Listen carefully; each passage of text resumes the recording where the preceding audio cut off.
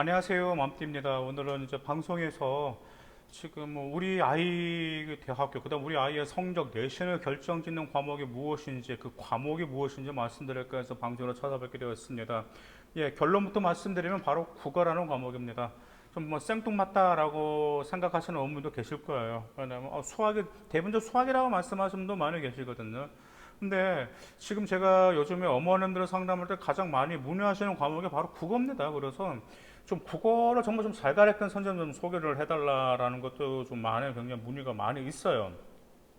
자, 저번에 제가 이제 고2 한 여학생을 이제 상담을 했는데 그 여학생은 수시 포기하고 정시로 돌렸거든요. 근데 수시를 포기하고 정시로 돌리게 만든 과목이 저는 수학이겠지라고 생각했는데 바로 그 과목이 국어였습니다. 근데 그 학생이 수학과 영어는 잘 나온 편이에요. 그리고 또한 지금 현재 요즘 고3 학생들이 이제 교과 전형이라든지 학교장 추천을 받다라든지 하더라도 가장 걱정하는 게 무엇인지 지방 일반고 학생들이 걱정하는 것은 수능 최저를 충족시킬 수 있는지 없는지를 굉장히 두려워합니다.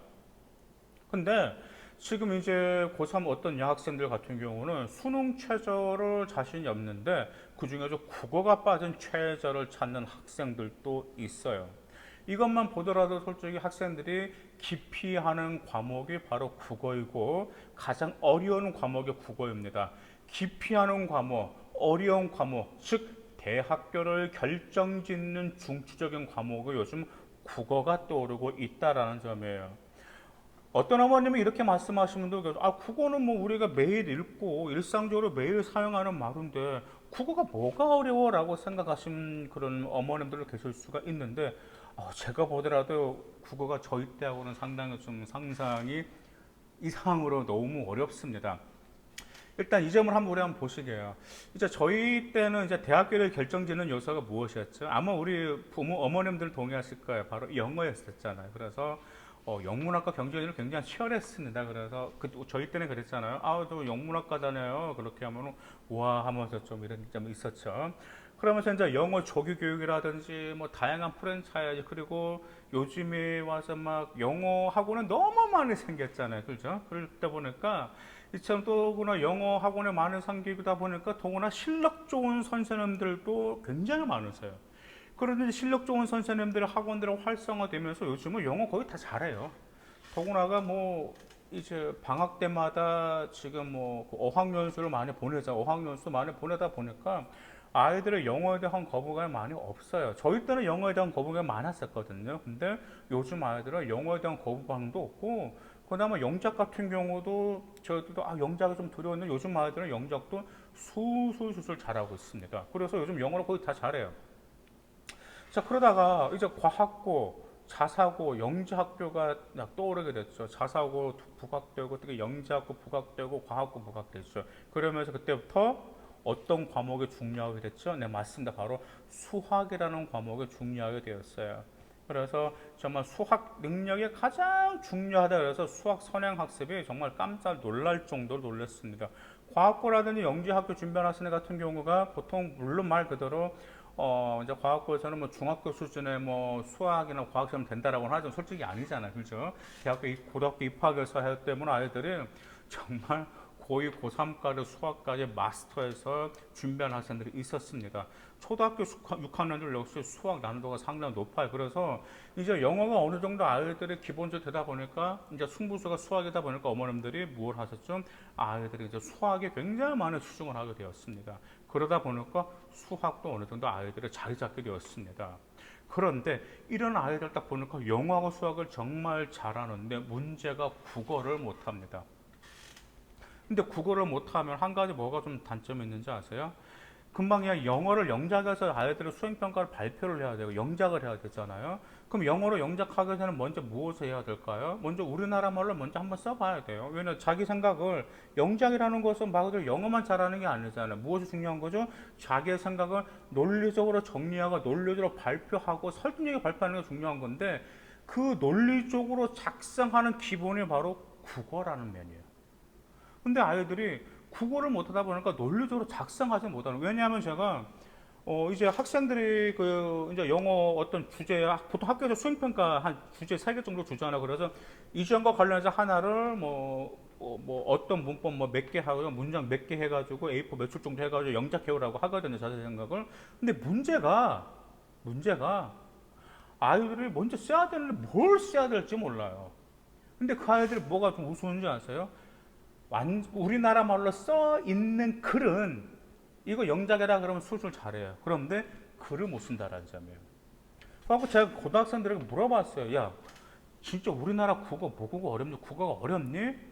라고 하면 아이들이 무엇을 대답하냐면 도대체 뭘 써야 될지 모르겠고요. 읽어도 무슨 말인지 모르겠고 헷갈린다라고 대답하는 학생들 대부분입니다. 물론 그렇지 않은 학생들도 물론 있습니다. 근데 이제 제가 말씀드린 것은 일단 보편적으로 이제 들은 이야기 때는 그 점을 참고하시기 바라겠습니다. 그래서 이제 아는 이제 고등부 국어 선생님이 계셔가지고 저 한번 물어봤어요. 술 한잔 하면서 요즘 아이들은 국어를 많이 어려워하는데 대체 무엇일까 물어보는 거 하시는 말씀이 이제 국어도 이제 영어도 독해력이 중요한 것처럼 국어도 독해력이 있어야 된다라지 뭐 문학이라든지 뭐 비문학 등 다양한 글을 읽고 뭐 그 글에 대해 비판도 해보는 자기만의 생각이 필요한데 아이들의 글 자체도 읽지 않기 때문에 이해가 부족할 수밖에 없다라는 거예요. 먼저 글 자체를 많이 읽지 않다라는 거예요.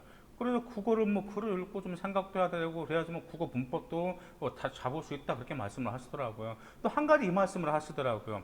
요즘 우리 아이들이 SNS에 굉장히 좀 많이 하잖아요. 더군다나 또 짧은 글에만 익숙하다 보니까 긴 글을 한 번에 이해하기가 어렵다라고 그렇게 말씀하시는 분도 계세요. 근데 그게 저도 뭐 공감을 합니다. 왜냐하면 아이들 휴대폰, 그러니까 뭐 아이들하고 뭐 카톡을 주고받으면 짧아요. 근데 문장을 길게 보내면 아이들이 잘 안 읽고 무슨 말인지 잘 모르고 좀 짧게 보내달라고 그래요. 그래서 그만큼 아이들이 글을 충분히 깊게 읽고 생각하기 위한 그 역량이 많이 과학의 발전을 잠깐 좀 많이 부족해지지 않았나라는 생각이 들기도 합니다. 그래서 저는 현재 또 국어의 관건은 무엇이 있냐면 어떤 과목이든 간에 일단은 실력으로 나타나서 점수로 나타나기 전까지가 물론 시간의 소요가 됩니다. 그런데 국어는 더 많은 시간의 소요가 돼요. 그래서 국어는 단기간으로 해서 바로 성적이 나올 수가 없습니다. 오랜 시간, 정말 좀 이렇게 오랜 시간 동안 내공이 쌓이고 쌓여야 되는 게 바로 국어란 말이에요. 그래서 국어는 정말 우리 어머님들이 어렸을 때부터 아이가 책 읽기가 습관으로 자리 잡히도록 그 점을 계속 유도해 주실 필요가 있습니다. 제가 정말 우리 아이들, 그 다음에 우리 부모님들에게 이 점을 좀 말씀드리고 싶고 꼭 명심하시기 바라겠습니다. 한글 단어들을요, 한글은 우리나라 말을 접하는 것과 이해는 달라요. 아이들이 많이 접하였어요. 많이 접해서 말을 할 수는 있어요. 그 다음에 어떻게 발음할 줄 알아. 하지만은 이해는 못할. 그 점 달라요. 그리고 국어가 부족하면 무엇도 부족한지 바로 알 수가 있습니다. 무엇이죠?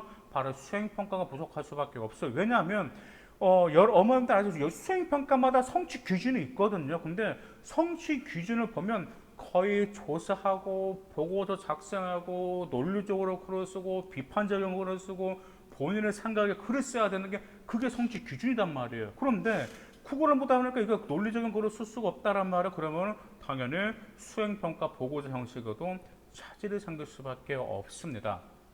그러니까 지금 현재 뭐 중3, 뭐 중2, 그다음 먼저 이제 고3을 하면 좀 늦었겠지만 고1하면 현재 국어 보는 능력을 반드시 검증해 보시고 국어 절대로 소홀히 하지 마시기 바세요. 소홀히 하시면 안 됩니다. 여러분의 선배님들 항상 저에게 하는 말이 국어가 어렵습니다. 어려서 수능에서도 자신 있는 과목이 국어라고 말하는 선배님이 매우 드물었다라는 점 기억하시길 바라겠습니다. 감사합니다.